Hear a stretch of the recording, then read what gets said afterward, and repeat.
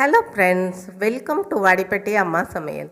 இன்றைக்கி நம்ம கிச்சனில் பார்க்க போகிற ஸ்பெஷல் ரெசிபி தக்காளி தொக்கு தாங்க பார்க்க போகிறோம். 3 மாதத்துக்கு கூட நீங்கள் இந்த மாதிரி செஞ்சால் கெடாது. இட்லி, தோசை, சாதம், பூரி, சப்பாத்தி எல்லாத்துக்கும் சூட் ஆகும். வீட்டில் இந்த மாதிரி ஒரு தொக்கு, தக்காளி தொக்கு, கொத்தமல்லி தொக்கெல்லாம் செஞ்சு வச்சுக்கிட்டா ரொம்ப நமக்கு உபயோகமாக இருக்குங்க. வாங்க பார்க்கலாம். அதுக்கு முன்னாடி இன்றைய பிறந்த நாள் மற்றும் திருமண நாள் காணும் அனைவருக்கும் வாடிப்பட்டி அம்மாவின் இனிய நாள் வாழ்த்துக்கள். ஸ்கிப் பண்ணாமல் பாருங்கள் ஃப்ரெண்ட்ஸ். இப்போ 1 கிலோ தக்காளி எடுத்திருக்கேன். அதை காம்பு பகுதியை கட் பண்ணிவிட்டு 4ஆக கட் பண்ணிக்கிடுவோம். அதுக்கு முன்னாடி தக்காளியை கழுவிட்டு ஈரம் இல்லாமல் வச்சுக்கிறணும். துணியில் தொடச்சி வச்சுக்கிறணும். வச்சுட்டு இது மாதிரி நம்ம கட் பண்ணி இப்போ ஒரு கடாயில் ஒரு 100 நல்லெண்ணெய்க்கு மேலேயே விட்டுருக்கேன். விட்டுட்டு இந்த தக்காளியை அதோடு சேர்த்துக்கலாம். சேர்த்துட்டு நல்லா கிளறி கொடுத்துக்குருவோம். திருப்பியும் சொல்கிறேன், தக்காளியை ஃபஸ்ட்டே நம்ம கழுவிட்டு நல்லா ஒரு துணியை வச்சு தொடச்சிட்டு காய வச்சிடணும்.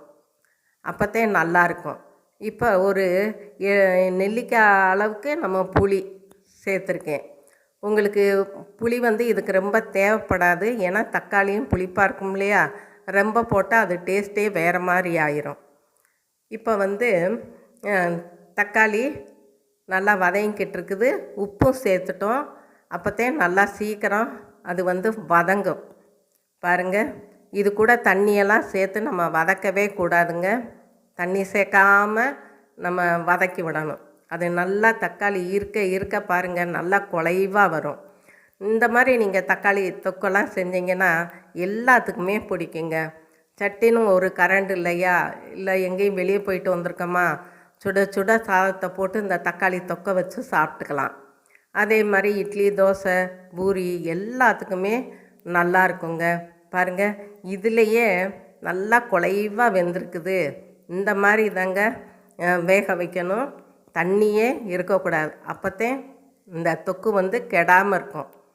ஆனால் சீக்கிரமே காலி ஆயிரும், அது வேறு விஷயம். பாருங்கள், நல்லா கடைஞ்சது மாதிரி ஆயிடுச்சு. இது ஆறட்டும், அடுப்பு ஆஃப் பண்ணிடலாம். இப்போ அதை எடுத்து நம்ம மிக்சர் ஜாரில் சேர்த்துக்குருவோம். பாருங்கள், இந்த மாதிரி மிக்சியில் போட்டு நம்ம நல்லா நைஸாக அடிச்சுட்டு வந்துடுவோம். ஆறின பின்னாடி போடுங்க, இல்லாட்டி மிக்சியை தூக்கி விட்டுரும். இப்போ அதை கடாயை நம்ம அடுப்பில் வச்சு நல்லா 100 எண்ணெய்க்கு மேலேயே விட்டுக்குருவோம். நல்லெண்ணெயே விட்டுக்குருவோம். வெறும் கடுகு மட்டும் போடணும், உளுந்தம்பருப்பு வேண்டாம். போட்டு நல்லா பொரியட்டும். பொரிஞ்ச பின்னாடி பெருங்காயமும் போட்டுக்குருவோம். தூள்தான் போட்டிருக்கேன் நான். இப்போ நம்ம அரைச்சி வச்சுருக்க தக்காளி விழுதை சேர்த்துக்குருவோம். சேர்த்துட்டு இந்த மிக்ஸி கழுவின தண்ணியெல்லாம் ஊற்றக்கூடாதுங்க.